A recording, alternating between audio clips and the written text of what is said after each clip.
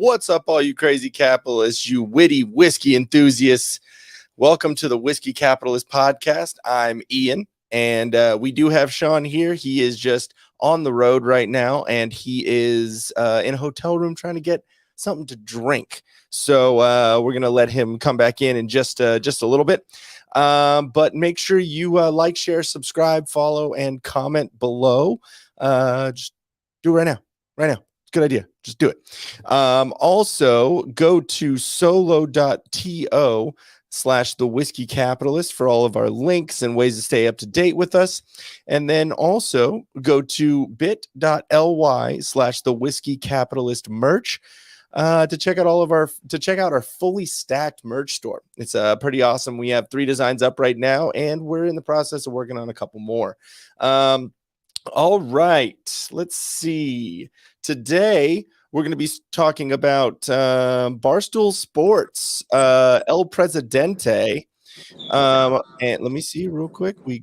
There we go. We got Shawn here. Today we're going to be talking about Barstool Sports, El Presidente, Dave Portnoy, trying his best to own the internet troll extraordinaire, primetime Alex Stein 99. The internet has spoken. And I don't think it's going well for Portnoy. We also are going to have a review by Mr. Shawn here of the first episode of House of the Dragon, the Game of Thrones spinoff. I personally am not up to date on the Game of Thrones universe. I've watched half of season 1 of Game of Thrones, but that'll be mostly you and just me, kind of little jokes on the side. And then also, we're going to talk about our favorite reliable source, Brian Stelter, getting fired from the amazing... From reliable sources?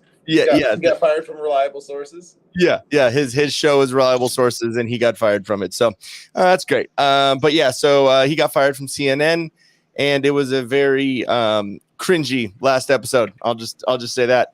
Also, I figure, depending on how much time we got, we should maybe go over the Elon Musk and Twitter stuff that's going on, because there was a whistleblower that just came out talking about all the bots that they lied about. So that might be something to talk about. Tell everyone hello to Shawn. He made it. It's been a long day. All right, off the bat. We'll get through that intro, and then we'll talk about it. Here we go. Who else in the level crowd say yeah? Look at that big, juicy booty. Hot like a tamale. Be offended. Do you love black people? Do you grow? You know the thing. Here, next. Don't be rude. You ain't black. Shawn Cav. You're going to have a flame coming out of your butthole. Heartfelt. A man and a woman.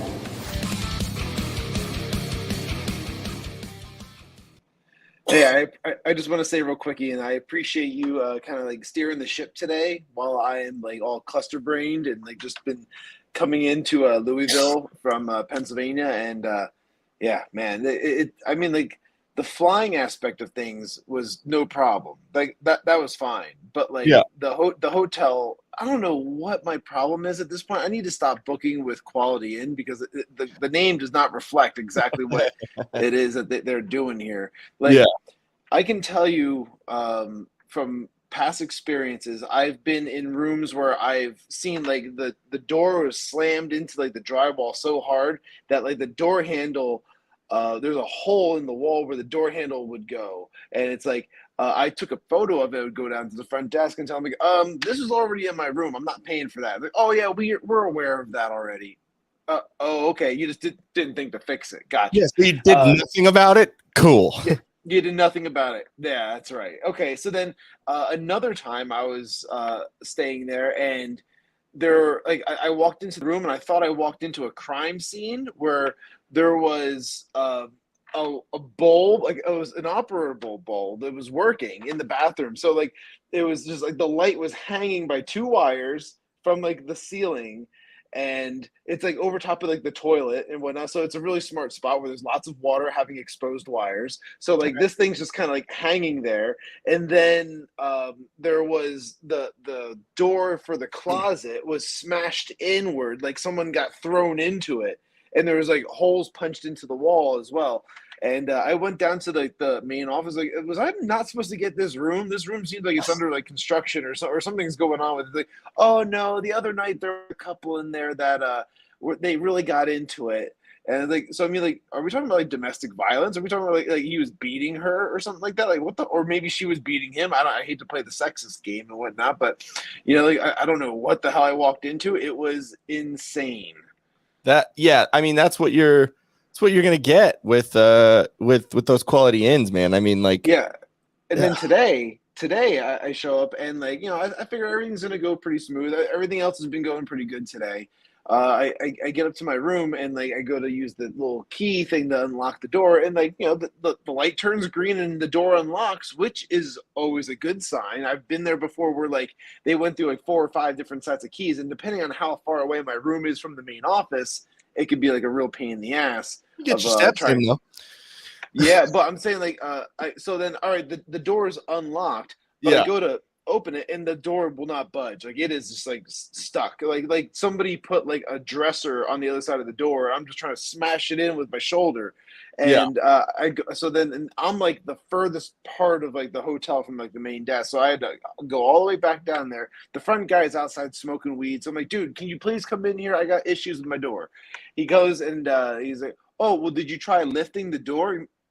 You mean like lifting the door handle? Like, yeah, that's exactly what I've been doing. I know how doors operate. I know you're supposed to turn the door knob. Like, no, not just turn it, but like lift the door. What? So you're saying that the hinge doesn't work and you haven't fixed it yet? Yeah, that's exactly it. So because like I put the key in, I lift the door and I push in with my shoulder, and immediately like the door just like flew right open. I'm like, you got to be fucking kidding me! Like, can we like not fix anything here? Like, people are just so useless when it comes to just operating any of these types of buildings. Isn't that like a fucking fire hazard? Oh, I'm sure it is. I'm sure it is. Yeah, like you're in the middle, like a fire's going on. You got to get out of the building, and you go, oh, that's right. I have to, He-Man the fucking door before I can get out. Jesus. Yeah. Well, that's always fun. I'm sorry you're going through it, but we all go through it together now, I guess, on a live stream. It's fun. Yeah, that's right. You're all going to hear about my issues. So did you get cranberry juice just in case? No. Yeah, got me some spray. I had this from the airport still, and then I picked up a bear claw. Oh, nice! Ooh, the strawberry cheese. Yeah, that's strawberry cheese.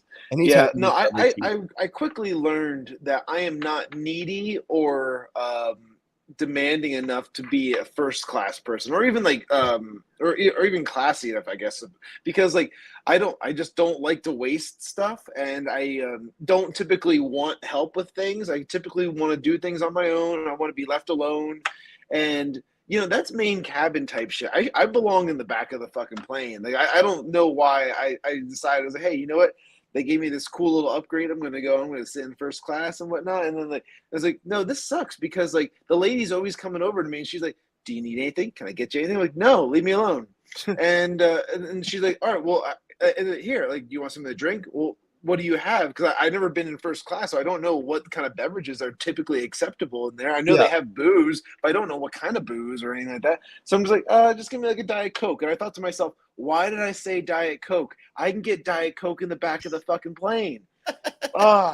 So then like I was mad at myself about that, but I did get like when they give you a glass, it's not like a regular glass. It's like an actual glass.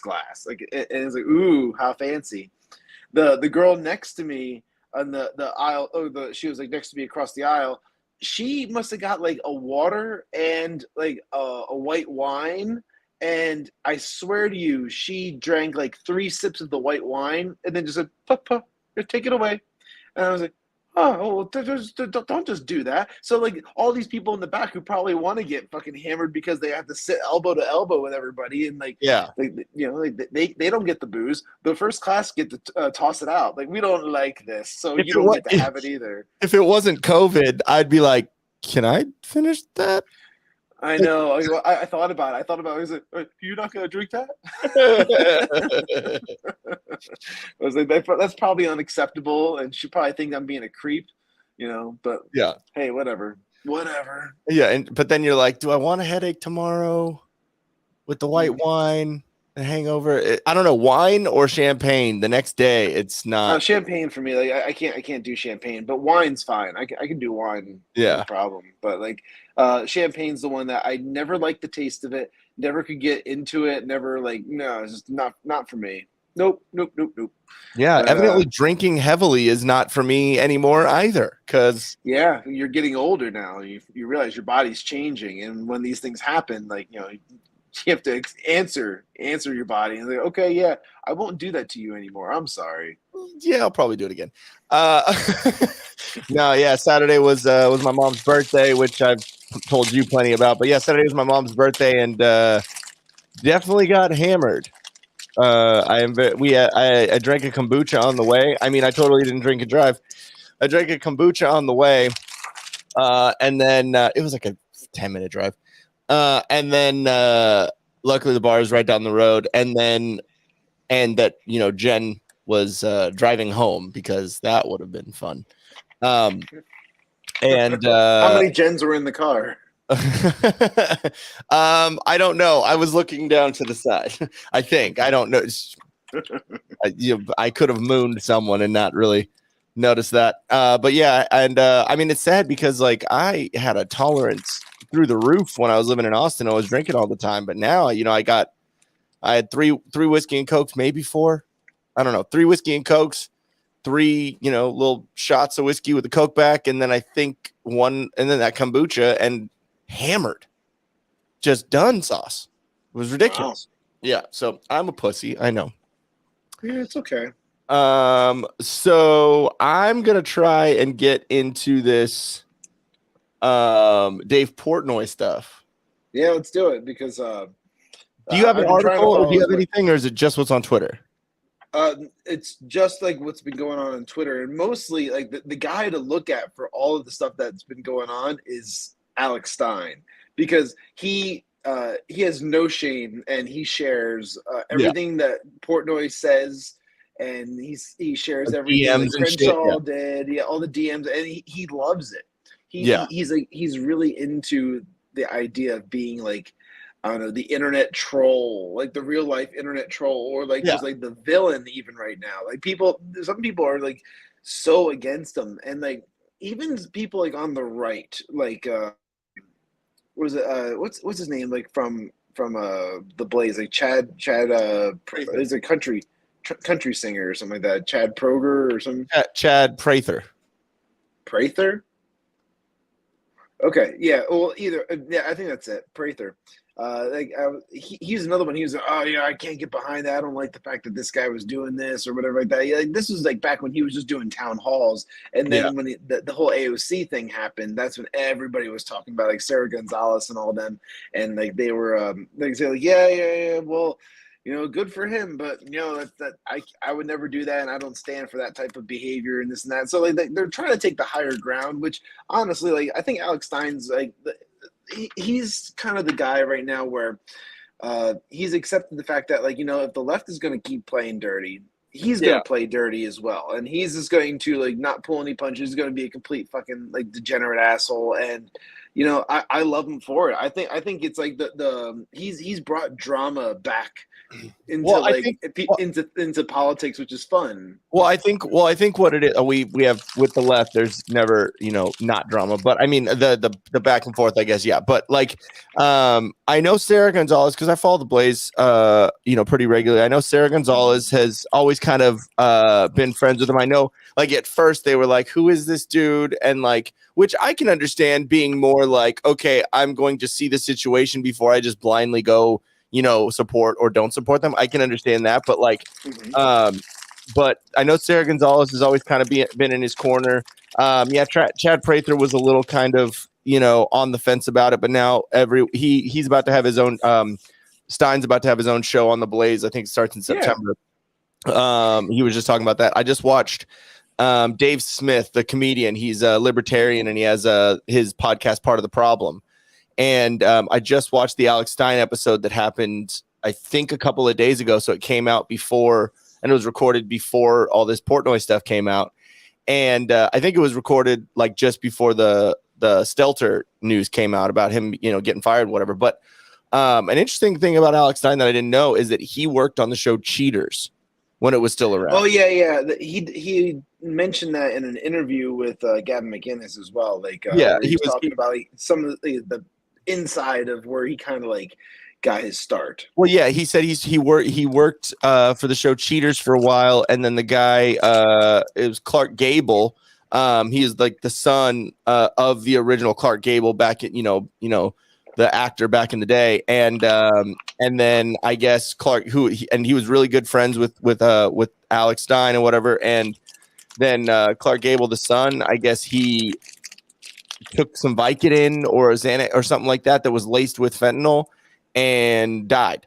So that really like woke Alex Stein up from drinking and alcohol. He was like, I'm sober now. I don't don't do anything of that. But I got offered the show, and he was like, oh, that was really cool. Even though I'm mourning my friend, I mean, it was cool to be able to have this show. And then he started seeing there was I forgot exactly what it was that made him kind of see something, but it was like something in Texas. I think it was something in Texas where they were shutting off the water, or there was some water supply issue, and there were people literally saying like, dude, the fire department wouldn't put out the fire down the street from my house, so it came and it burnt my house down, and I lost my cat, and I lost all this shit. And so there were so many people that were pissed off about it, and these city council members are just like, well, whatever, I don't care, you know what I mean? Like they don't give a fuck, because they just have this false sense of authority. And so he just started seeing that, and he was like, you know what? I'm going to say something about it. So he went and he started saying something about it, and no one gave a fuck. And then so he saw one of the city council members, I guess, had some, point of view or something. So he like kind of went in on it and did that culture jamming, that, trolling that he does. And he saw that it got a response. So that's when he started doing that. So I mean, it's cool. It was cool to kind of see his background, and I like Dave Smith. I think he's for one a hilarious comedian, and for two he has a pretty good head on his shoulders on political issues. So it was fun to watch that. But and this whole thing sucks too because like I kind of like Portnoy. I think he's kind of a like I don't know, to man. an extent. I don't know. And here's the thing, like, you know, we want to like some of these guys because they seem like down to earth, pretty chill dudes. And the thing is, like, I liked Dave Portnoy with everything, how he handled the media when they came after him for like sex tapes and all kinds of different shit. He's like, yeah, I like to fuck. Like, he doesn't give a shit. He just kind of like, whatever. If you're gonna release something, then fucking release it. Like, I don't care. And like that put an end to all of it. Like they stopped bothering him. Because they tried to almost remove him from like headlines because the guy didn't care, and all it did was keep building him up more and more and more. You know, to where people were like, "Hey, this guy's great because he doesn't give a fuck." Well, He didn't apologize. He didn't apologize. Exactly. He leaned into it. Yeah, exactly, and that's what you have to do. If you're getting like punched, you know, like you just got for in this situation, you lean into it. And like same thing with like Alex Stein, he's been leaning into it as well. So now you're dealing with these two like kind of like alphas almost in a sense where like then they're going at each other and like, you know, I don't know like the entire context of it, like where you might be able to fill in some of the blanks, but this is all because somebody that worked for Barstool Sports shared one of Alex Stein's videos, and it was like political. It was a political statement, and Dave Portnoy wanted to keep Barstool Sports like apolitical if possible. But like they always share shit about like Biden and whatever. They share shit as if like they're like the Babylon Bee at times. You know, it's like I don't know where they get off thinking that like, oh well, you know, this is unacceptable or whatever. Yeah. So I mean, I guess what happened is someone at Barstool shared a video of Alex Stein talking about at a city council, you know, meeting, one of those, and it had something to do with like gambling, like online gambling or something. And you know, because Barstool is in that whole world now. Sure, yeah. And so I guess they didn't realize the context or that it was a troll or you know whatever. And then so what's his face? Then went on. Then went online and said, "Let me see real quick. I have it here." Then what he said was, "Let me share this real quick." Share screen. I apologize for eating and drinking on camera. Oh, okay. If it gets too loud, I'll just mute you. I'm not smacking my lips or nothing. Yeah, you're good. So this is what Portnoy tweeted and said, "I fucking hate this guy, Alex Stein 99, and will now actively root for his demise." Okay, it's just funny that so many people said the same shit about you and you didn't like it, but now you do the same. I don't know. It's just very hypocritical, but that makes sense. And then of course, fucking Eye Patch McGee fucking shares that shit. So everyone's like, "Oh, ho, ho, ho." And then so Portnoy was trending. Let me see. And like, are we shocked at all? Are we really shocked at all that Dan Crenshaw reshared that? Like, he's not a Republican. He has no conservative values. He's not like for like Alex Stein by any means. So he's just kind of like, I don't know. He has rhino values. He has very rhino values. Not like he has Republican values, not conservative values. There's like a big difference nowadays. You know what I mean? It's becoming that way. It's becoming more and more like that. Because like I prefer to consider myself conservative, not just like I vote Republican because what's my other option really? You know, like it's there's no other real candidate. That's why I like to consider myself libertarian because it's more more conservative libertarian, obviously more conservative values. But I mean, there's plenty of people that are on the right that I can't stand and really don't like. You know what I mean? So sure. I'd rather consider myself as that and have somewhat of a middle ground, but also with my, not on the fence, but leaning way to the right. Yeah. Yeah, and I saw this one before too. Like this, the DMs. Yeah, because Stein's like, "I don't give a fuck, dude. Like I'm an open book. Like I'm gonna show if you're gonna send me some shit, I'm gonna show it. Like, and so I said, Portnoy, come on my podcast tomorrow. 100%. I would love to. What time? What's your email? blank@gmail.com. And then I don't think anything came of it. Right. You know? Yeah, that was it. And they said Alex Stein, he said something about like how he just didn't want to. Oh, is there more to it now? Well, yeah, he said, and just like that, you walked into a knockout punch. Dave, you ran away. You're scared. Nah, you're not worth my time. You're too political for me, even though he went at AOC, because, you know, that's not political at all. Have fun doing whatever you do for whoever you do it for. Never heard of you before. Never will talk about you again. Okay, Dave. But I'm pretty sure I'll continue to live rent-free in your head for a while after getting humiliated like this. You're getting humiliated on Twitter tonight. Guess I'll have to sleep gently on my 500 million. And it's like, okay, dude, but like, I mean, hey, you have more than the right to say it. First Amendment, you know, whatever. But it's like, dude, like, instead of having an actual discussion about your different points, all you're doing is fucking throwing your dick on the table for no reason. You know what I mean? Like, you didn't have 500 million to sleep on without the people that back you, that like give you money to your company and all that stuff for being out there and saying shit, you know? Well, this is the same thing like where like Crowder tried to give Ethan Klein like a chance to like debate him at one point, you know? Oh, like, and Cedar came on. That fucking yes, yeah, exactly. So like that's almost the exact same kind of scenario where like, you know, like Alex Stein was like, yeah, let's absolutely talk about it. They're going to talk about online betting. You know, that could have been a totally like mutual conversation on there that I bet you like they would have had millions of people fucking tune in just to kind of like listen to them like go off at each other or even just debate it civilly. You know, like either way, it would have been just interesting, you know, but like instead, you know, Dave Portnoy doesn't view it like that. He views it as like, oh, this is just like, he's just trying to socially climb or anything like that. And it's like, no, he's trolling you because he knows he can get inside your fucking head now. Now he's playing with your fucking emotions. Yeah. And like, he's doing this shit like to get you to give you a reaction. That's poking. It. Yeah.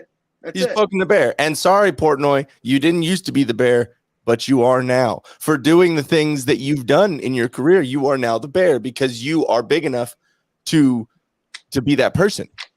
Yeah, I'll sleep soundly on my 500 million. It's like, oh, so you have money. Okay, great. I guess like that's an ego stroke, I suppose. You know, like for like, oh, I have Barstool Sports. Great. That's fantastic for you, dude. I like Barstool Sports. I think they have some funny shit. I think KFC is a fucking retard. I can't stand him at all. Which one's KFC? I forget exactly his fucking name, but he's like on Michael Rappaport level of idiot. Yeah, exactly. And dude, that whole Michael Rappaport thing with Portnoy and Michael Rappaport, that was absolutely hilarious. I don't know if you remember any of that stuff that went on. So Rappaport went like Dave knew that like Rappaport's character, and he knew that he was going to say some shit at some point. So he had a design drawn up, and then like Rappaport literally took him to court. Portnoy went into deposition and like was asked all these questions and said, "Oh, you had the t-shirt printed before you fired him, didn't you?" And he goes, "No, I didn't. I fired the wrong Rappaport. Then I fired the right Rappaport, and then I called the printer." And so even in the deposition, the lawyer who's for Rappaport read that series of events, and he goes, "You just explained it for me. That it's not going good for you, is it?" Like in the deposition. So it was great. It was a fucking own. And the best part about it, so like, do you remember when Portnoy was going up against Roger Goodell because of the Patriot shit, and he got kicked out of the Super Bowl? Oh yeah, I do remember that. Yeah. Yeah, and then they had that blue shirt with Roger Goodell's face on it and the clown nose. Mm-hmm. Okay, so they used that same blue and that same style of art and put Rappaport's face on it with a herpes bump on his lip. I mean, it's hilarious. I can understand how Rappaport would be like, "Hey, dude," but then I can also be like, "Well, you're a piece of shit." You know what I mean? Rappaport's a piece of shit, so like whatever. But like, so I liked all that. I thought that was hilarious, and I thought it was great. And then the AOC shit, when like AOC was going after him because of he made a joke and was trolling like Alex Stein does. Wasn't he trolling like her dress or something like that? Like No. Eat the Rich thing or something like that? Or no? He was trolling because it was like a joke. It was like a troll at Barstool on their videos that they were going to unionize. Right. And so he was like, if you join a fucking union, I will fire you immediately. And it was a joke. He was obviously joking, and it was for fucking video views, which I understand. That's fucking hilarious. And so AOC got involved because, fucking whatever. And because she wasn't relevant for fucking 5 minutes. So she needed to fucking say some shit about New York. And yeah. And so it was. So he went after, and then that's when he started going on Tucker a lot, because Tucker was like, yeah, like this guy's going against her, so I'm going to have him on the show. And then Portnoy was the one who said, I'm going to, coin the term Alexandria Ocasio-Cortez. I thought that was fucking great. And then he interviewed Trump. Like, I thought there was some, again, Portnoy is more on the left. He even went on the Flagrant 2 podcast with Andrew Schultz and went on there, and he was talking. He's like, yeah, I'm more liberal, but like I point out shit that's wrong. And it's like, oh, you do, sir? Because you're not. Like, you're going against someone who's literally trolling all the people that you say you want to troll. Mm-hmm. And it's just, it's the hypocrisy. You know what I mean? Yeah, well, I mean, like, it's just funny because, like, when I'm watching this, like, obviously, I'm more on the Alex Stein side of things, when it comes down to it. But at the same time, I guess I think we all agree that I don't dislike like Dave Portnoy by any means. I just find like the entire situation so interesting. Like when I shared it, I put like the Michael Jackson and the popcorn, because I'm sitting back. I'm gonna take all this in. This is gonna be fun. It's hilarious. They make Twitter great again. Yeah. The thing that I think that Alex Stein was saying that I think was a big thing was this. Said you made about the I'll sleep on my $500 million, sleep fine on my $500 million. He said that you made from getting children addicted to online gambling. Congratulations.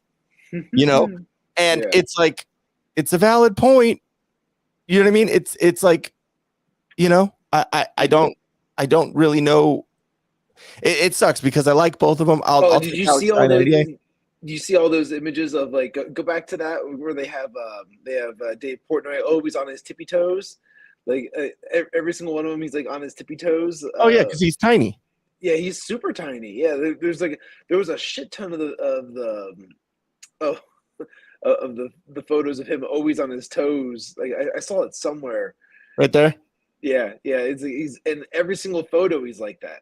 Well, yeah, it's the little man syndrome, which I'm a shorter dude. I understand that about to a point, but it's good. And then the internet's gonna internet, which is amazing. So yeah, there's a lot of people like going after either one of them, which it's just sit back and and of course then there's Dan Crenshaw. I retweeted it. It's like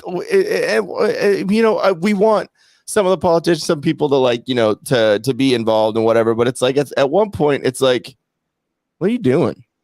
Yeah. Do stuff. You know what I mean? Like, come on, dude. Yeah, I think Portnoy could have just left that one alone and just kind of like take down like the tweet and just not said anything, and it would have just like disappeared. Like nobody would have given a fuck. But instead he had to be, we're looking for this guy's demise. Like he's going, I will bury you, I will destroy you. Yeah. Really? Why? Like because he didn't like online gambling. Hey, there's a lot of people who don't like online gambling. There's a lot of people who don't like gambling in general or booze or anything like that. It's just to each their own, like just let it go. But because he brought up what your industry is involved in, that's no good. Yeah, but to your point that you made earlier, like if Portnoy would have actually had Alex Stein on his podcast or gone on Alex Stein's podcast or whatever, they actually would have had a discussion about it, and and not be like my fucking dick's bigger or fucking whatever. If they actually would have had a conversation, a lot of people like that would have given opportunity to people to see Alex Stein's side and understand where he's coming from, and they're reversely there would be a lot of people that would see Portnoy's side and be like, okay, cool. Well, I get where they're coming from. Maybe I understand the online gambling thing a little bit more. I might not like it, but I understand where he's coming from. You know what? There would have been a lot more understanding on each side, but that's not really our culture nowadays, which I can understand to a point. It's, you know, fuck you on the internet, you know, whatever. But yeah, you know, we need to have some sort of civil debate at some point. You know what I mean? And I was hoping, you know, I know it's Alex Stein and Portnoy, and they're both kind of bombastic and, you know, whatever, but it would have been nice to see both of them be able to do that and be like, hey, see, we're kind of dicks sometimes, but also we do have our points. We can talk about shit, you know?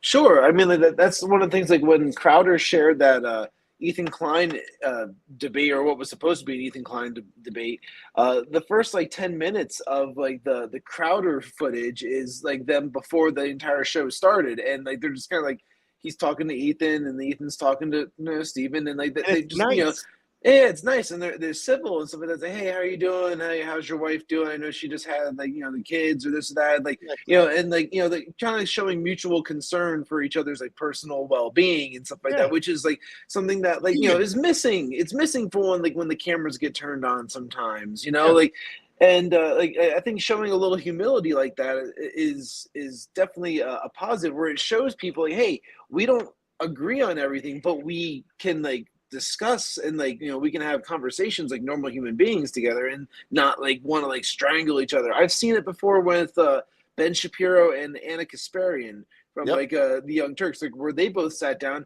and they both said nice things about each other before getting started with like the debate, and like the debate never went personal, because they're both in the same room too, mind you, because like if they weren't in the same room, that's when Anna typically goes off the deep end. Same thing with Ben. He'll start going off the deep end and start saying, oh, well, this is just absolutely ridiculous. And his autism kicks in. Yeah. It just starts going into like, hyperdrive. Yeah. But like, when, like, that's the type of thing. I will give Shapiro a lot of respect on the fact that even when in the middle of something, like when with the Zoe Tur situation, where he was sitting right next to a trans woman, and he was like the size of a fucking linebacker, and he's like, it's ma'am. Yeah, he's like, you need, you know, respect the pronouns, and he's like, pronouns aren't a thing. They don't have the ability to have respect. You know what I mean? He's like, you don't calm down right now. I'm gonna take you out to the parking lot and show you ladies. Like, that's not, you know, very nice for a, you know, civil debate. Like, it's not very ladylike either. Yeah, exactly. I don't know. It's just funny, man. But let's move on to, what was the other thing? Sure. I don't know. You got the list. Yeah, I know. Do you want to go into the House of the Dragon stuff, and then I'll pull up the Brian Stelter stuff while you're doing that? Sure. Yeah, I can go into that. Cool. Yeah, like last night I finally got around to watching it, and like, I don't know, did you watch the trailer like I told you to watch the trailer? Yeah, I did. Yeah. Okay. So like when you're watching the trailer, there's one particular scene in the whole thing that kind of like it got everybody all worked up. And I don't know, do you know what that scene is, or what the it's actually more of a character, because like without any explanation, like you see all of these like Targaryens with like white hair and whatnot. Yeah. It's like, and then there's one black guy with. I was gonna say that. Yeah. And like when I was watching, I was like that was in the opening scene where they're showing all these people. Now they didn't really fully explain that character until maybe like, I don't know, 30 minutes in or something like that, because like it turns out he is not a Targaryen, thank goodness. Like his last name's like Valerian or whatever, so he is like, you know, you didn't watch a whole lot of Game of Thrones, but people who did watch Game of Thrones would know it's from like the same homeland as like the Targaryens and stuff like that. But like, you know, obviously very different. But the thing that still bothers me about the whole thing, I get it, you know, like he's not related to them, so it makes sense. He's married into the family. He's married to the king's sister. Okay, yeah. That's fine. But all right, how many Black Swiss do you ever see? Like, you know, like it's like, all right, come on, can we like? It was Justin Trudeau. it felt very much like a diversity hire, like in the show, and also like, all right, so and I'm not really going to get into like the plot too much because I want people to want to go and see it for themselves. Yeah. But I will say that like, you know, the opening scenes and like, you know, like any of the special effects, man, they totally cheaped out, and like that really bothered me more than anything, more than like a diversity hire or like bad acting or anything like that. Like the thing that got me the most was like the fact that like, all right, so when you watch the Game of Thrones before, and I don't give a fuck if you haven't seen Game of Thrones, like everyone else has, and the dragons in that are like hyper realistic if like there were ever such a real thing as dragons. Okay. Oh, so no, like, it's CGI and they're amazing. I'll admit that. Yeah. Oh yeah. And like the castles and everything, that it all looked like super hyper realistic in like Game of Thrones. I was like, wow, like it looks like it's all fucking real. It's R.R. Martin, right? George R.R. Martin. Isn't that who did it? Yes. Yeah. Okay. Yeah. And like now when I'm watching the House of the Dragon, it just like the dragons feel a little bit too smoothed out. They look a little bit off from like what the dragons were before, which I don't care if a dragon has a different look to it than the other one, because they can look different, but like how it's rendered, I suppose, like looks weird to me. It looks weird. The clouds looked weird. The castles to me looked a little too, I don't know, Final Fantasy-ish. I was like, all right, so this whole thing kind of like, I don't know, it was rubbing me the wrong way, and I'm watching it as if like I'm watching some like hyper realistic video game, more so than like, you know, really diving into the realm of like Game of Thrones again. Well, it's one of those things where it's like maybe instead of hiring a diversity hire, you could have used that money to help pay more of the graphic artists. Mm-hmm.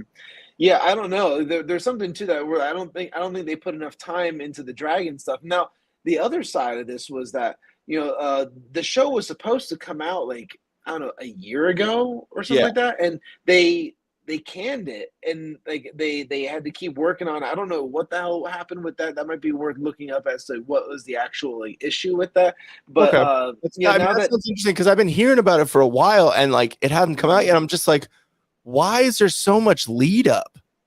Yeah, well, I mean, like Game of Thrones is definitely one of the most like epic shows I can think of. You know, like, I mean, there's fantastic series out there, but like, you know, Game of Thrones, if you're really into the like epic fantasy type stuff, but you like drama and like, you know, like, I don't know, political twists and stuff like that, it's a really cool show. I dug it. Like, I mean, I could deal with less floppy wieners all over the place, but like, you know, actually, to be honest, they really scaled back a lot of like the nudity in this one too. Like, I mean, there's a few titties that flop around, which is fun, but like, I was like, all right, they kind of scaled back the male dongs. Like, there's not a lot of dongs. Like, so like that felt better, I suppose.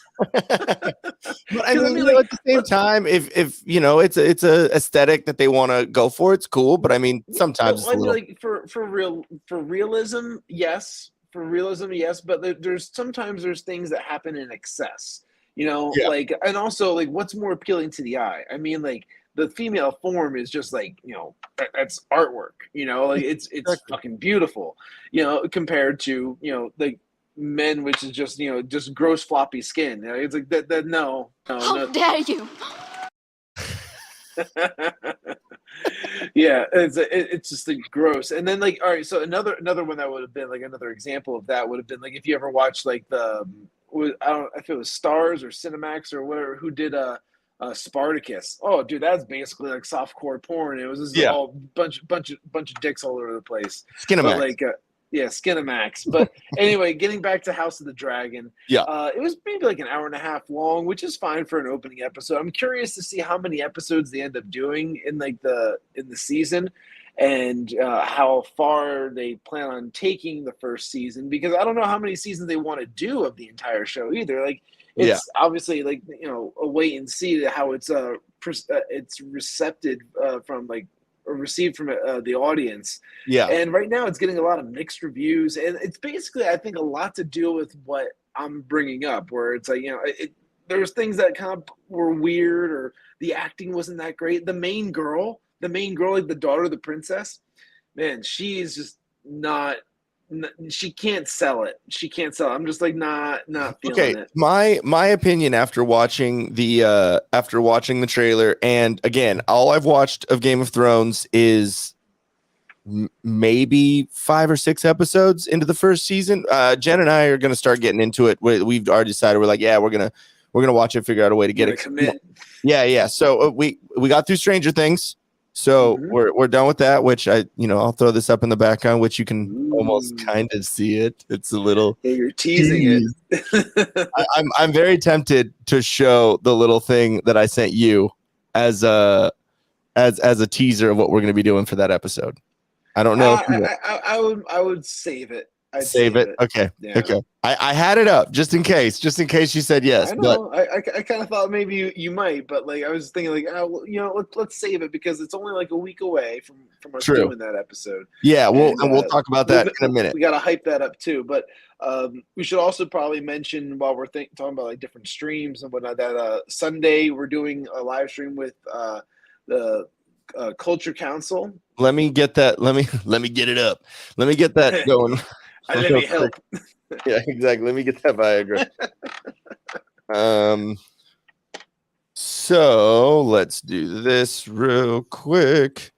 All right. So Culture Council Podcast at Cult Council Pod. Go check them out. And and go check them out. We're going to be doing what is a Sunday at 7? No.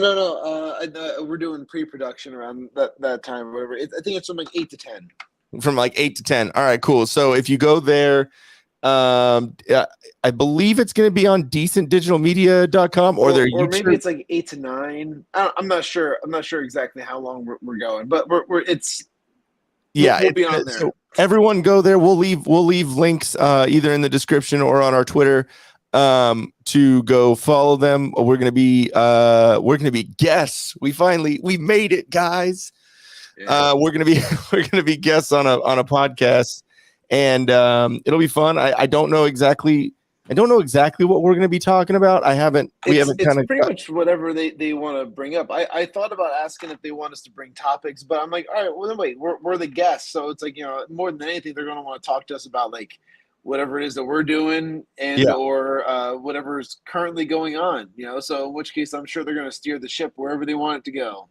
So I just found this right here. It's going to be Culture Council. I think it's just Culture Council Podcast or just Culture Council right here on YouTube. Go over there and like them. They're just, starting out right now. Give them a sub. I just did right now. So, I mean, I've done that. I did that a while ago. Just kidding.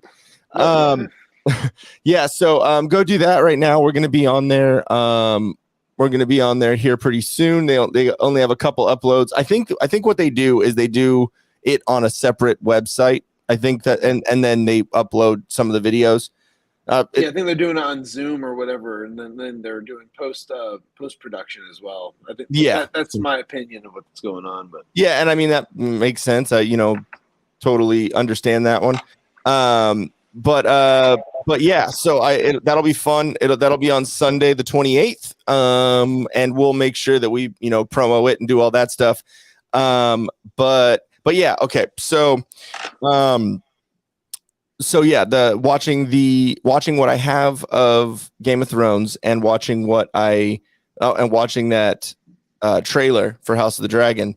It seems like it's very feministy or light feministy. So it's all kind of like this big build up kind of to like what was going on in Game of Thrones before, where like Daenerys Targaryen being the first queen of the Iron Throne type deal, I don't know if you towards the end of Game of Thrones, it had like some feministy type moments in there because like there would be all these like female leaders that were kind of like sticking together, kind of like girl power. We're gonna do this, girls, But like in this one, I didn't get any kind of vibes like that. It was still kind of misogynistic in the sense where it's like they live in a time where like men are supposed to be ruling like the land and like, you know, being kings and this and that. They never had a female ruler. Well, this guy, the king, like he has no male heirs and whatnot. He's only got his daughter, and he's kind of been pretty cold to her for a long time. But like his options are his like psychopathic brother or his daughter, essentially. That's what I kind of got from that trailer. Yeah. He didn't want to leave the thing, the seven kingdoms or whatever, the seven countries, whatever it's whatever it is, like all that. So they didn't want to leave it to his brother. So instead, he kind of like, you know, and again, I don't want to like, you know, give the whole thing away. That's pretty much the concept you're getting, where it's going to turn into a feud between Targaryens, and like that's what they hinted at in like in the trailer even too. It's like, you know, it's saying that you know, the one thing that could tear us down is ourselves. Yeah. You know, so like that's essentially So it's going to be like civil war amongst like Targaryens. Yeah. Civil War. It's Captain America Civil War, but with dragons. But yeah, no, I mean, it looks real interesting, and I have wanted to get into it. And obviously, you know, it's won so many awards and so much, you know, hype and like all that with Game of Thrones and all that. So I have wanted to get into it, but it's one of those things too, where it's like we had so many shows that we hadn't finished or that we had gotten into, or, you know, all this. And we're like, do you want to fucking start another one? And then like, oh, what do we watch? We have 8 different things that we need to finish right now. You know what I mean? Mm-hmm. So, and there were a lot of older shows that I had watched that I was trying to introduce to Jen that she had never seen before. So it was like, okay, let's fucking catch up with those. You know what I mean? Sure. But yeah, so we're thinking about either getting HBO for the month or, you know, whatever, or figuring out a completely legal way to watch it online for free. Yeah. I don't know. I get that. The tip borings. Yeah, exactly. There's a site that I use. But it's one of those ones where it's like, okay, it's worth it because it's free, but it's also annoying because after every episode that you watch, you have to wait like 5 minutes. And then after the next episode, you got to wait like 20 minutes. And then like 45 minutes. Oh, yeah. You know what I mean? Mm-hmm. Yeah, I hear you. So it doesn't work well with the binging mentality that I have for TV shows. Yeah, well, I mean, like, and if that's the case, and you just wanted to binge a bunch of stuff that may have been on HBO, you get it for 1 month. You pay like the $15, or sometimes they give you a free month or whatever. Depending on like what you're doing. You sign up, you do that, and then you cancel it. It's, you know, you cancel any time with that stuff, you know, like, and like I told you before, like HBO Max is $15 a month, and you can't really go wrong with that. Like, you know, you do that one time, and like in that month you could stream probably everything you needed to get out of HBO Max and be done until something else comes back. Like I kind of did that with Peacock or whatever, where like, you know, I got it for, well, it's free normally, but you get like ads, except if you want to stream like live sports or like the Olympics or anything like that, you got to pay like $5 a month or something. So I'm like, yeah, sure, whatever, I'll sign up for it. And then like a month later, cancel. Yeah. Well, hey, just want to say to everyone that just joined the stream, we do appreciate you jumping in. We just got a little bit of a bump. Cool. So thank you guys for joining. But yeah, I see the numbers over here. So it's as though I am a guest right now, because I literally signed in like as soon as I got into the hotel here. Yeah. No, it's I can see it. It's fun. Yeah. But anyways, yeah. So I think you know that it was kind of like that way with me for Netflix for a little bit, where I didn't know if I wanted, but I'll say Netflix has probably the best content of any of the streaming platforms of original stuff. I did that with Peacock also, but did the free stuff because The Office left Netflix, and The Office is one of the fucking best comedy shows. Oh, ever. For sure. It's great. It's fantastic. Yeah. Even just having it on in the background. Yeah. You know what I mean? And like, you know, I have like this kind of like love-hate thing when it comes to Netflix, because like a lot of it is complete trash. Like it's like daytime TV garbage. And then like there's Obama like there's like 1 or 2 shows that I'll be like, oh, cool. But like they have a really good pattern of, they'll do one awesome show at a time, like per like month or whatever it is, or every 2 months, a really awesome show comes out. But that's like the only thing that's awesome. Everything else is complete garbage that's on that platform, because it'll be like Stranger Things, and then they'll have like right now I was watching Awake, or no, not Awake, so it's like something about breathing or something like that. It's like it's where there's like a girl like where she's like trapped in like the wilderness or something like that, and like she's like all by herself and she's like pregnant now and stuff like that. It's actually pretty interesting because like my wife and I have been watching a ton of these like survival shows as of lately, like watching like Alone, and that's fucking wild, dude. You ever watch Alone? Mm-mm. That's on Netflix. That's on Netflix, and like that's like a reality show where like these people are like trained like professional survivalists, and they go out into like the wilderness, and they have to stay there until everybody else quits, and there's nobody else with them. They're by themselves. So they build a shelter. They have to hunt. They have to like fish. They have to gather. They have to, like get everything they need, and like not starve to death, essentially. So it's like Snowflake Mountain without the whiny bitches.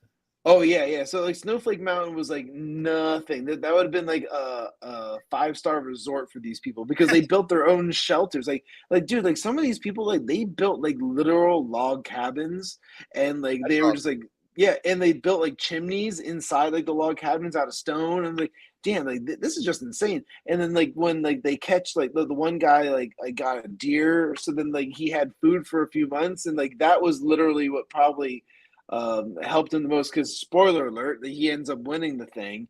But like his biggest competition was this other dude who took the smart trick of he packed on about like 60 pounds of fat before going on the trip. So he just like stacked on a ton of weight, knowing that he was going to end up trying to have to outstarve somebody else like at the end. Yeah. So and like, that was the trick. And all that, you get a little bit of like, bear warmth.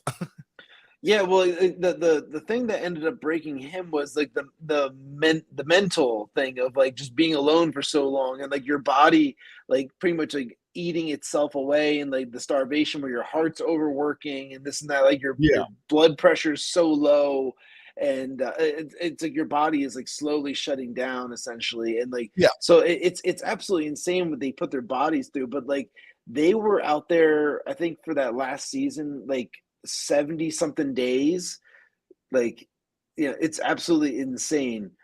Jeff Probst. Oh well, Probst. I never I never really watched Survivor that much. Like that was one of the ones where we always talked about like, we're voting you off. And a little bit of it, those first couple of seasons were funny. And it just gets some people are into that. I know Trevor's been into that as of lately. I just Alone was really cool. Lately my wife and I have been watching this show called Yellow Jackets, which is on Showtime, and that's fucking awesome, dude. Like that's a really fucking cool show, because it's about that. It's like this group of like high school girls who are like on this like they won states for like their soccer team or whatever. Okay. And they were at the pep rally, and then like they go and they're taking this like chartered flight to nationals, which is like halfway across the country. Like I think it's towards like Seattle or something like that. So then the plane ends up crashing somewhere in like, I don't know, the Rocky Mountains or like somewhere along those lines, and they're in the middle of the woods, and no one's coming to find them. They've been out there for I don't know how long, and like they find like a cabin where there's like guns. They're able to hunt, and like they're just kind of like surviving out there. But then like they keep on like there's flash forwards and flashbacks of the people who survived the trip, and then the ones who like of them as kids, and like you're seeing the progression of things. And there's some weird like kind of like occult type things in there as well, and like some supernatural stuff. And then like the big rumor with the ones who survived, like that keeps floating around in like the media, and like it basically, if you Googled these women's names, all you see are these articles about like possible cannibalism out there when they're by themselves and stuff. But yeah, like so like there, and it's really freaking wild. So like we're watching the evolution of like we're almost like a female Lord of the Flies. Okay. So like I don't know, I really dig it. I think it's pretty freaking cool. How about the movie Alive? Trevor says if you're talking about the movie that came out like years ago, that movie's pretty gnarly. the horror movie Alive, yeah.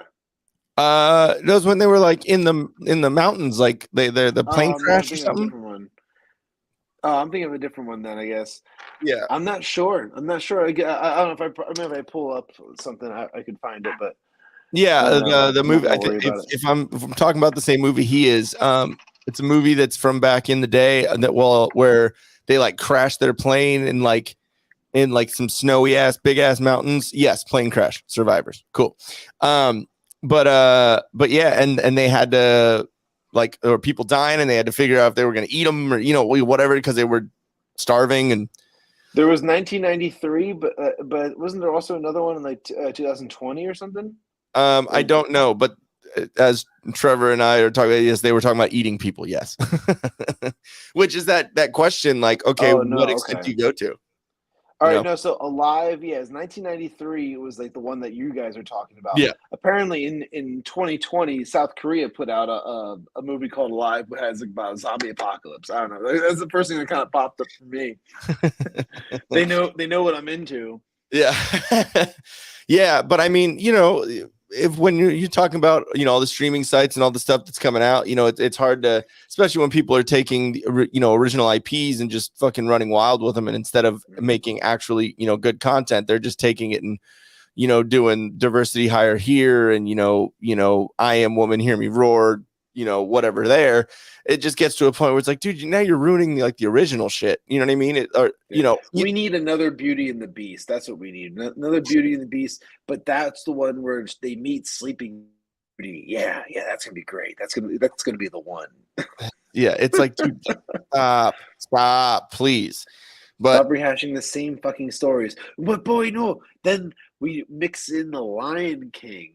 Yeah, it's like, okay, no, just do the separate stuff and do it the way it was written. It's weird. Do it with new people. That's fine. Like that's great. It reintroduces a new generation and a new crowd of people to the original stories, and they'll go back and watch the old ones. That's cool. But like, if you're gonna change it, then people are gonna watch the old ones and be like, this doesn't. I don't know. Well, the biggest problem I have with like any of the constant remaking of bullshit is like when you get into like for example, look what they did with Spider-Man. Okay, so like you had Spider-Man with Tobey Maguire, and then from there it was I know Andrew Garfield was one, and then like Tom Holland was one.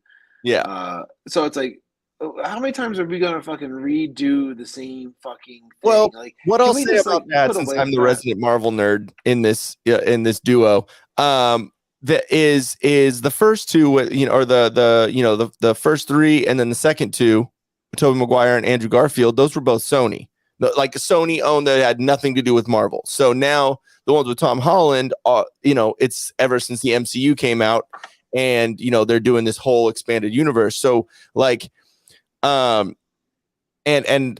what I will say about that is it is cool to have Spider-Man involved with Iron Man and Captain America and all the other, Marvel characters. So I will give that its credence. But then, you got to look back and be like, yeah, dude, the Andrew Garfield played a great.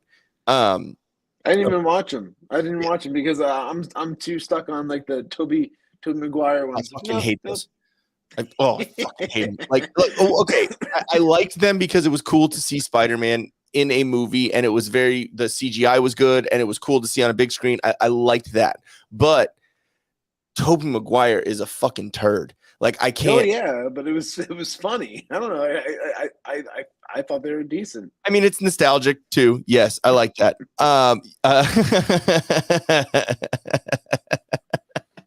That's right.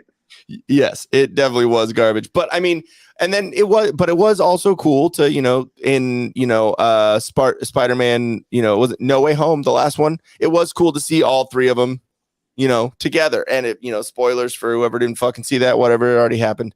Get over it. But like I never even bothered watching any of that stuff again because I already have my Spider-Man knowledge. I already saw my Spider-Man movies. I don't need to see any more Spider-Man movies. I'm done. What I will say is Tobey Maguire was a good Peter Parker. Andrew Garfield was a good Spider-Man, but Tom Holland is a good Peter Parker and Spider-Man because Tobey Maguire and Andrew Garfield were like fucking in their 30s when they're shooting those movies. Like Tom Holland is actually kind of a kid. So it has that essence of that's what Peter Parker was. You know what I mean? So like that's what I'll say about. Is that the kid who was in like the Avengers movies? Is that the kid who played Spider-Man, like those movies? Yeah, it's Tom Holland. It's the same. Okay. It's the same one that was in the Avengers. So it's just more. And I mean, it was cool in Spider-Man: Homecoming, the first Spider-Man with Tom Holland. It was cool because it has Michael Keaton in it, and Michael Keaton plays the Vulture, which is, I mean, it's kind of close to a Batman type character, and it's Michael Keaton. So it was kind of a meta kind of cool thing like that. Great. What do you mean? I don't care. Where's my dropper? I don't care. Hey, I was involved in your Game of Thrones ridiculous nerdiness. You can hang on. I barely went fucking nerdy in that. I literally talked about the fact about CGI and like affirmative action hires. Where did I get fucking nerdy? Well, I'm a Marvel nerd. This is what happens. I know. I try to just like accept it and let it be. But I gotta rein you in every once in a while. Like, come on, buddy.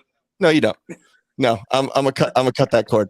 No, it's just because when I was a kid, I loved the fucking comics. I loved the X-Men. I loved all that fucking shit. So like, it's cool that they're introducing it into this huge universe of movies where, dude, Iron Man 1 was amazing. Like it was good. It was awesome to see Iron Man and all the CGI and the what they did with it. They've kind of obviously dropped the ball, and the She-Hulk that just came out is fucking. Yeah, what's the deal with all that? Because I know, like, I saw the clip that everyone kept on talking about, where it's like it was basically just like I'm a woman, so therefore I'm better at controlling my anger because I get catcalled all the time. I get catcalled all the time. People are constantly looking at me like I'm a piece of meat and this and that. Like so I have to control my anger. Yeah, even though the reason in the show, the reason why you became She-Hulk is because you couldn't control your anger because you got catcalled. Like, so it doesn't even make sense. And you're gonna try and sit here and say that Bruce Banner doesn't know how to control his anger. Like, well, it's just funny. It's funny in that clip. If you look at the, do you have it on Twitter? Do you have? Mate, I can look it up. Yeah, because if you can find that clip, you'll see like there's this face that the Hulk makes where he's like, oh, really? Oh, I learned something today. I learned that women have it harder than men. And it's like, oh, okay. Well, how about a different type of hard? Women deal with different things that guys don't deal with, but they don't. Women don't typically put themselves in like a lot of dangerous situations, or step in between, like women and like other dangerous scenarios and stuff like that, where they feel like they have to do something like that. Like, so for example, if it's like a drunk guy is coming up to like your girlfriend or like your wife or something like that, as a guy, you feel like you have to step in. You have to, hey, don't do that, or hey, like step back or relax or this or that, and then like the guy's gonna want to fight you now. Okay, and so it's just like you're putting yourself in these situations to help defend a female. Okay, even just talking about Bruce Banner and his backstory, his father beat his mother to death. Like, I don't know, controlling anger on that one, and then when he had fucking his girlfriend Betty, he couldn't fucking be with her because he was the Hulk and he would have fucking killed her. Can't do that. And then he had to ban himself. And then Tony Stark died. Cap died. Scarlett Johansson, Black Widow died. He had to banish himself to a fucking garbage planet and then fight in wars because he didn't want to. He thought he would. You know what I mean? Like, there's so many other things where it's like, dude, like, because you're a woman, like that's your thing. Like that's why you have to control your fucking anger. Like, come on, dude. Yeah, I mean, like it's not a really fleshed out idea, that's for sure. Yeah, and it's like, okay, well, if you're gonna come out with a fucking TV show, you should flesh that shit out. But anyways, yeah, we could talk about fucking woke Hollywood fucking forever. But we just have a woke Hollywood segment of the podcast. But I mean, and obviously we'll get into it, next Wednesday when we get into the Stranger Things thing. But that's a big reason why I like Stranger Things. Also, it's a great story. It's nostalgic, but it brings new stuff. But at the same time, there's very little wokeness about it. It's just, here's the story, here are the characters. Like, there's no added, you know what I mean? There's no fat. Yeah, there's nostalgia that goes along with it for people who remember anything of the 80s or early 90s. And I don't know, it's just fun. It's a lot of fun to kind of watch that show. They did a good job keeping it entertaining and light in certain spots, while also like having like dark and like creepy things as well. So like there's a good balance to the whole thing, and like I think that just good writing in general, just like for that show. There's definitely some stuff that like they could have, I think, done better with, but like for the most part, like we'll keep all those comments for the actual the Stranger Things stream. Yeah, it's just just a little preview, but yeah, like when we do that Stranger Things stream, it's going to be pretty extensive because we've all done our homework, and I'm rewatching it right now to try and see if there's any little things that I missed, while eating or whatever while watching the show, and it's really cool trying to watch other videos and see if there's any inside stuff and whatever. But we're going to try and break down season 1, 2, 3, and then 4, and then talk about any implications or any theories or predictions or stuff that's going to go on after that. I think it'll be a lot of fun. It'll be next Wednesday. So, have you run up that hill? I ran up the road actually. So no, is that joke over your head? Yeah, I think so. Maybe I missed it. Kate Bush, the Run Up That Hill, the song. It was, yeah. I don't fucking listen to that shit. I'm sorry. Well, no, I mean, if you watch the show, you had to kind of listen to that one. I don't know. I don't remember. Oh, that was that song in the background. Yeah, through the whole season 4. Yeah. Okay. So I know what that song. I didn't know that was the artist or the name of the song. Like, okay, whatever. I don't know. Like, it's just a fucking song. Musician, sir. Yeah, and I don't give 2 fucks about music anymore. Yeah, it's like it's a gig. A lot of times when I'm playing music, really? It's like it's a gig. There's stuff that I like and I listen to. I'm like, all right, that's a good song. I'll remember that. I'll listen to that song. But like, just like I don't know, listen, or I'll just like randomly have like the radio on, just kind of listen to that. Okay, fine by me. But like, I'm not into just like, oh, you gotta check out this new artist or this or that. I'm like, our new artist. I mean, that's a lot. I'm a little bit the same way too. I've kind of lost a little bit of steam for following up on new stuff. Every once in a while, see something on Spotify or whatever. But when it comes to 80s music, I'm all about 80s music. I love all that shit. Sure, me too. I love that stuff. So I didn't know that artist. So I'm like, yeah, no, and not saying that I followed them before either, but just seeing the influx of Twitter shit, whatever, and seeing all that. But I think they use the song pretty well. But anyways, we'll get into all that on the Stranger Things episode. But I'm if you want to talk about the Stelter stuff, I'm good. If not, we can maybe save that for another one, because I know you got a lot of stuff going on and whatnot. So it's up to you. Yeah, no, I'm good. If you want to do the Stelter stuff, we can include that, because I feel like if we wait on that one too long, it's going to be like really old news. So we'll talk about that one, and then we'll probably call it after that. Yeah, exactly. So, and I'm trying to do a new thing here where I'm taking notes while we're doing the stream of like timestamps, so it'll make it easier for me to clip shit out later instead of having to rewatch the stream. Okay, so let me see. All right, so from the New York Post says CNN personality Brian Stelter, if I can get this fucking quite the personality too. Yeah, exactly. Okay. It says Brian Stelter is leaving the network during an ongoing shakeup at the left-leaning cable news outlet. The human potato has left Idaho. Yeah, exactly. CNN will end its Reliable Sources program on Sunday, August 21st. A network spokesperson said in a statement. As a result, Brian Stelter will leave the company.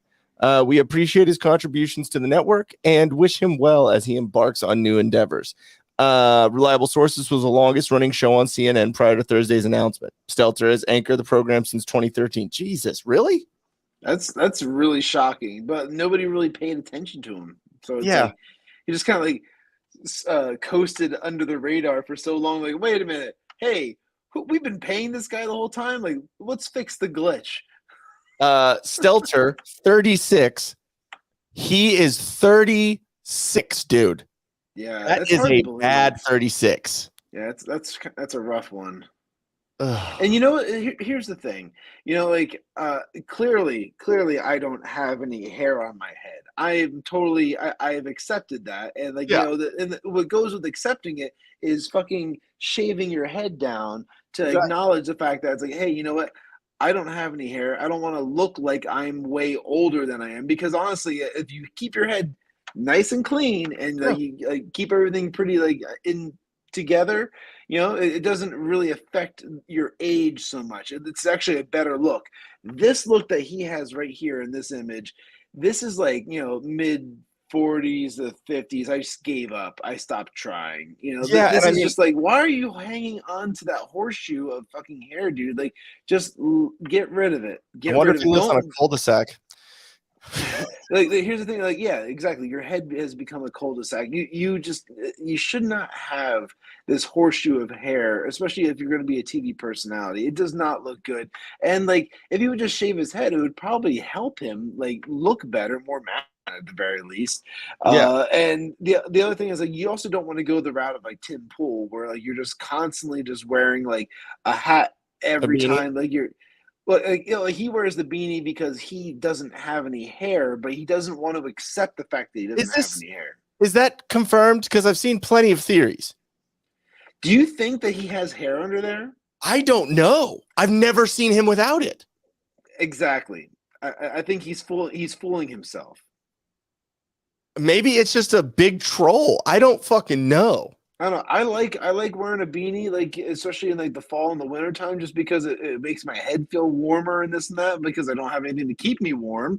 But like for him, all summer long, he's wearing that same gray beanie. Well, I mean, I wear mine too, but at the same time, but it's a comfort thing for you, and also like, we can clearly see that you have hair. Yeah, I have way too much hair, and during the summer, even though this beanie is hot, having the hair on my neck is hot, so I just put it up, put a beanie around it. So I mean, but yeah, I think if Stelter, you know, is trying to, I think him even saying that he's married to a woman is him trying to hold up his masculinity.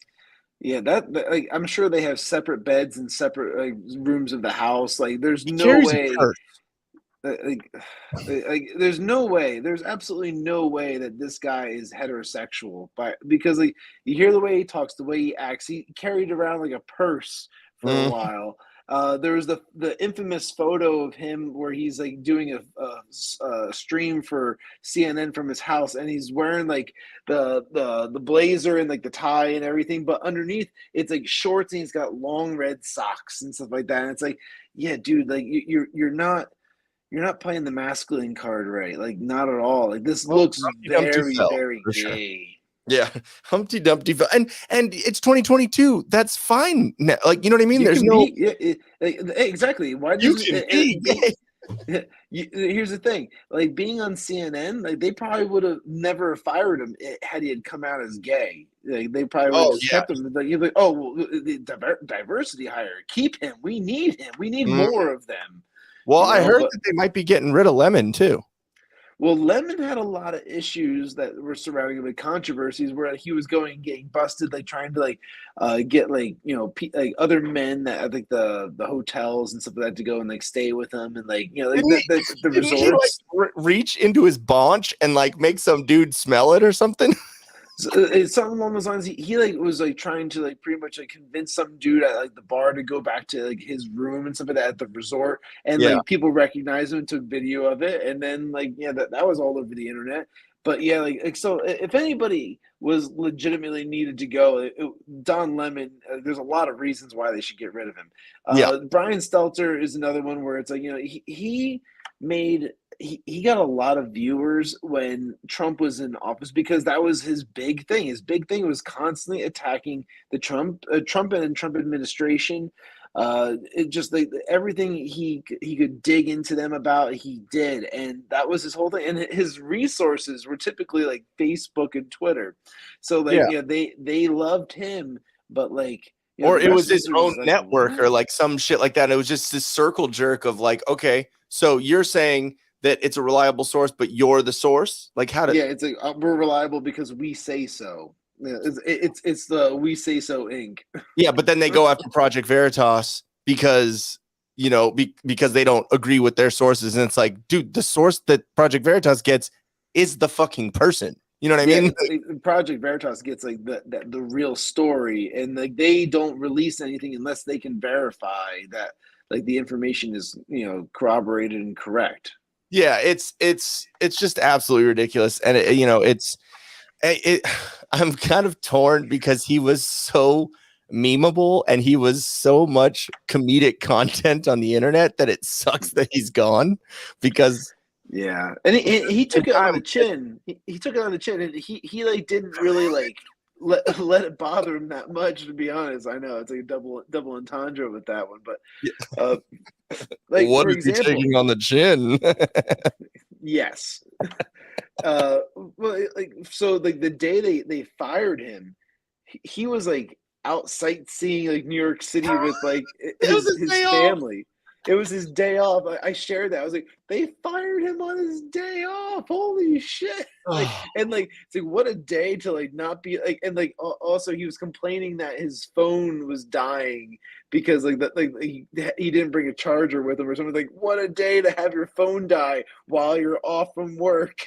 Yeah, exactly. And then no one can call you and tell you like, dude, you just got fired. The ratio that everyone that was supporting him was getting, it was a good day. It was definitely a good day. Yeah, and then like all the Mr. Potato Head like memes came out of nowhere, like him taking his bag and leaving, like bye-bye.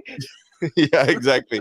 I mean, it's been I will say it's been a good weekend and a good start of the week because Stelter's out and Fauci's resigning. So yeah, Fauci's resigning. There was something else that happened too. I know Liz Cheney's gone too. So like now that's like it's just like it's a win-win-win as of right now for like the right or even just conservatives in general. I heard that YouTube got rid of its mask policy where you can't say anything bad against the mask or whatever. Heard that's I think that's a misleading thing though, because like here's where it boils down to. It was an interesting thought that came across when it came to this whole like SNL thing that happened. Like you saw like the SNL skit. Like I think I sent it to you or whatever. Maybe. Like where it's like a bunch of people. I think John Mulaney was like at the table as well. Like it's like Kenan Thompson and like a bunch of other like comedians, and like they're going around a round table. Talking about like COVID and how like essentially the past couple of years were like a jerk off. Where like, did the masks really do anything? Yeah, like it was all about. It was supposed to be like everything that they were saying. It was like making the other people at the table uncomfortable or cringy. It was pretty funny because like honestly, we've all been there in those conversations where you're sitting down with a bunch of people that like maybe you don't politically align with 100%. So like you tend to like, you want to throw something out there, but you don't know how far to take it. So you're just kind of like, let me just try this real quick. Yeah, and then like it's one of those I read things this where article, and like don't say it. It's one of those things where it's like, yes, it's funny, but it's 2 years too late funny because like that's what it is with the left. That they brought up the fact that like there's like, so are you saying that I didn't have to like get rid of my brother-in-law who wouldn't get the booster? Like so like they're bringing up the fact of like, yeah, people on the left were disowning family members because they were not in line politically with getting chemicals jammed into their arms and stuff like that. Like so that to me was like, all right, so if SNL is talking about this now, and SNL is very much like a liberal leaning like show in general, like they're trying to move the narrative away from just being about COVID, and like that's telling you that they're lining things up to go for other topics now. Like, so basically they're trying to let you know and the public know that COVID is over. This is, we at the Whiskey Capitalist do not confirm or deny any of these statements. We, only say that our opinions, blah, blah, blah, disclaimer. Okay. I'm just covering our asses, but Yeah. still, yeah, kind of, sort of. But still, it's like they're trying to make way for something new. And we were talking about yesterday in the Twitter space a little bit about the fact that I got that email from the school, and they were including things about monkeypox and monkeypox vaccines and this and that. I was like, are you fucking kidding me? For a kindergarten class? To me, what it is SNL is not funny anymore.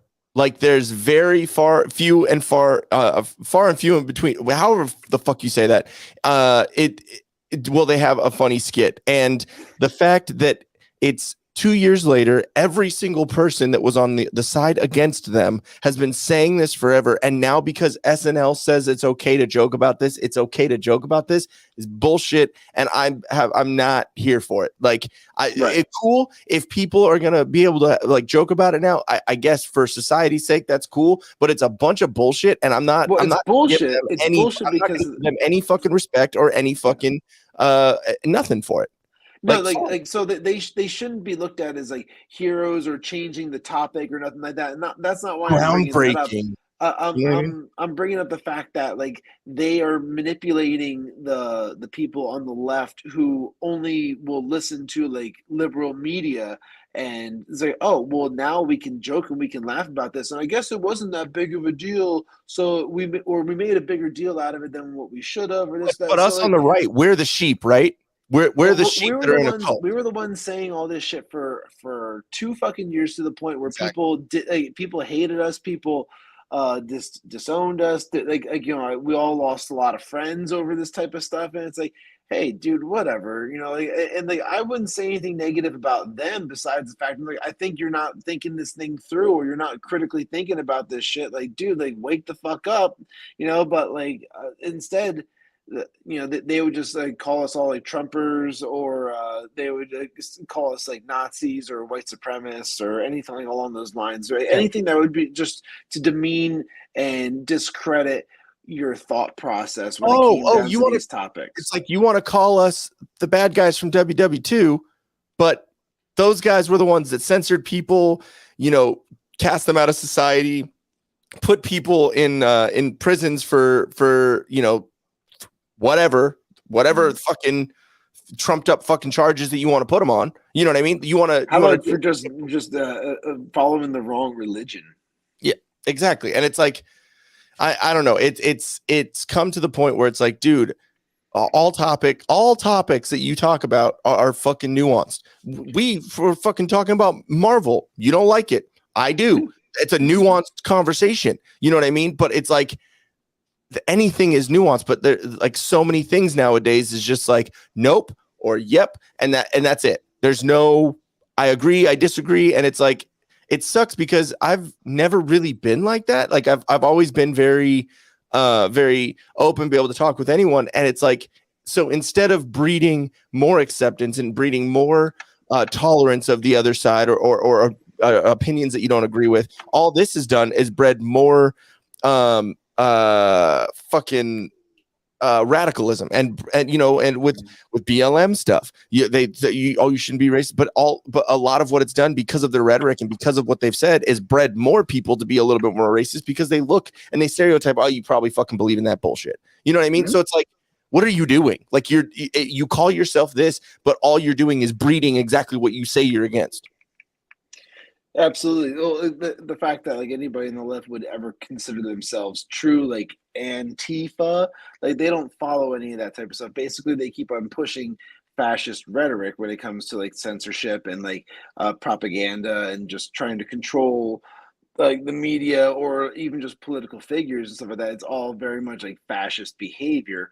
But yes, they disguise it as being called anti-fascist, just like how the Nazis did the exact same thing, where they were the party of the people and this and that. But in reality, they weren't for the people at all. It's like weird that like they can call themselves like the good guys and be the bad guys. How? But they're called the good guys. What? Like it doesn't make any sense. Like so like it's all in perception. It's PR. Like how do you sell it to people to make them buy into it? Think about like the book like Animal Farm and stuff like that. It's like when like the pigs, it's like like all animals are equal. Pigs are more equal than other animals. It's just like so like like they can just kind of determine and write the rules as they wish and like move forward that way. Like the true like I always say this, like true anti-fascist or true Antifa. That was the people who went to war in like 1940s, like, and they actually fought against like the Nazis and like they fought against the Japanese and stuff like that. Like those are actual Antifa people because like they were actually fighting real fascists. Yeah, just because you're dressing in black bloc and you fucking eat soy for every fucking meal doesn't mean shit. You know what I mean? That's literally what Antifa is now. It's a bunch of fucking now, absolutely now, and like they just go around. They look for like a few blocks to be able to riot and this and that. Like lately, the whole Kyle Rittenhouse thing has come up, and like that's like been like the hot button topic for like a few days now. Like I've seen his name pop up a lot. I saw it trending, but I didn't click on it. I don't know, fucking. Yeah, I don't know. It's just like it's literally just a bunch of people going off about the fact that Kyle Rittenhouse is a murderer, or do you agree with me? And people just be like, yeah, absolutely, he's a murderer, and this and that. It's like, really? Like, did you guys not look at any of the evidence or the footage or anything like that? Like, no. Tell me you didn't watch the court case without telling me you didn't watch the court case. Like, essentially, that's exactly what was going on. And it's just it's crazy the fact that like people can be like, hey, and like the fact is like Rittenhouse was like suing. He sued CNN, and I think he also sued like The View for like calling him a white supremacist and stuff like that. I know, serious, Trevor. How dare he take a selfie with law enforcement? Yeah. No, like, he was suing because people were like like calling him a white supremacist and stuff like that because it's defamation of character. Like that's you can absolutely like sue someone for that type of stuff. Like you can't say that type of stuff about someone who's like in a public figure or anything like that. It's just you're trying to destroy them for something that they're not. There's different levels. If you are a public figure, then it has to be actual malice, and there are different levels and different qualifications for defamation. But Kyle Rittenhouse is a public figure now because of. Again, when you breed, you're trying to breed something but then you're doing the exact opposite. You're going to breed this type of shit. How about the fact that they were calling them those things while the court case was going on? Mm-hmm. Like that's huge, like defamation of character. Where like because they were trying to prevent people, like the jury especially, from like seeing any of like the media stuff that was going out there. But apparently that was still getting leaked to them, where they were seeing like news articles and they're seeing like the TV reports and this and that, and everything's just calling him a murderer and a white supremacist and stuff like that. So it's like, oh well, that they feel almost like as if it was obligated to like were we supposed to vote him guilty? But like all the evidence points in this direction where the guy was defending himself. Those are all the same fucking people that thought he killed he shot 3 black people up until the fucking court case came out and the info came out, because CNN, MSNBC, and Rachel Maddow and Brian Stelter and all these fucking, twat waffles are fucking, you know what I mean? It's like, yeah. And then like no apology or nothing like that. Just like, oh yeah, well, we tried to make it racist if we could, but instead it's like, oh no, he shot, was it two pedophiles and like a, and like a grandma beater or something like that. It was like someone that he beat the guy with like domestic violence and like 2 pedophiles. Like, it's well, the grandma beater won't be able to beat any grandmas with that right arm anymore. Yeah, no, like, that thing ain't working for shit. Yeah. He's not gonna put too much power with that right bicep. Yeah, is this in this photo? What do you say? What's going on here? This is where my arm got vaporized. I'm sorry, I laughed so fucking hard when he said that. I'm like, well, you're not lying, man. Like, just talk about like that was such an interesting court case. Just like watching that whole thing. And just like listening to like the prosecution stumble every chance they got, and it's like, man, like, and just like the judge was tearing gun at the jury. Yeah. Like, yeah. What are you doing? I don't know, and man. no trigger control either, trigger discipline. He had his finger like right on there too. It's like Literally the definition of all the people that say they want gun control and all this stuff are people that know nothing about guns. Yeah, it's ridiculous. But we could go down that avenue for days. What I do want to say is my dad, San Diego, in the house. And a whale's vagina. Welcome. My dad's birthday is actually today. So happy birthday, Will. Happy birthday, Papa Archer. Well, I'll be I think he has a Whiskey Capitalist shirt coming in the mail. So. Oh, sick. He already knows, so it's not no spoilers. I can't wait to get on my stuff. I'm gonna get so much merch. Yeah, we're definitely going to get some merch for our vacation, which is at the end of September. So Shawn will be taking care of all of those live streams and Twitter Spaces. That's right. Will probably be absent there, depending on our schedules and what's going on. I might be able to pop in. If you pop in, I won't be upset by any means. Just don't. You'll allow me to come on my own show. Yeah, on our show. Yeah, I'll allow you to come on our show as long as you don't screw up my rhythm. If I got something going on. That's what I live for. I live to screw with your rhythm. I'm upset. I'm upset. All right, so I think that is gonna do it for us over here. Yeah, I'm sure my neighbors in the hotel here don't want to hear me ramble on anymore about white supremacists and anything else going on. You think he has a gun next door?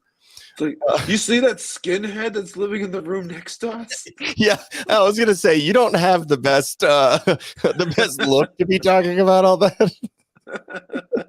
At least I look kind of like a hippie, so I mean, people might, Yeah, well, I mean, I'll go through the halls with my hat on. Yeah, exactly. Play incognito mode. Yeah, right. I'm getting a T-shirt at this point. I have to. Awesome. Good for you. Thank you very much, Trevor.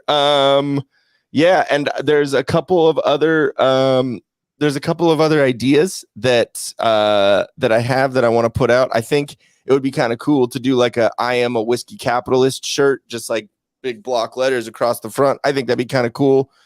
Even if people don't like or don't understand what the podcast is, I think it's kind of a cool saying. Whatever, capitalist. Yeah, we'll get there.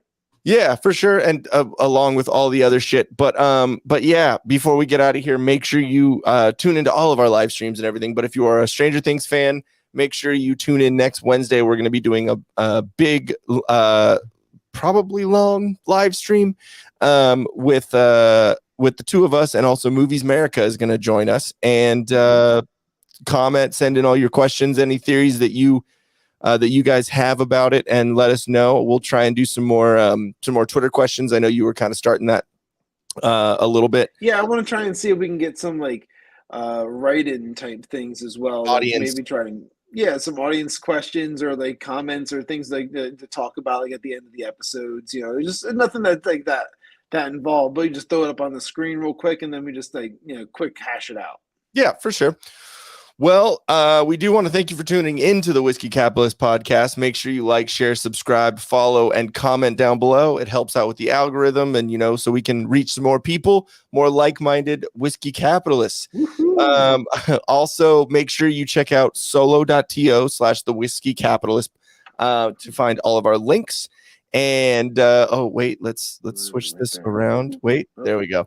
And then make sure you check out bit.ly/thewhiskeycapitalist merch. That's for you over there, Trevor. And check out our fully stacked merch store.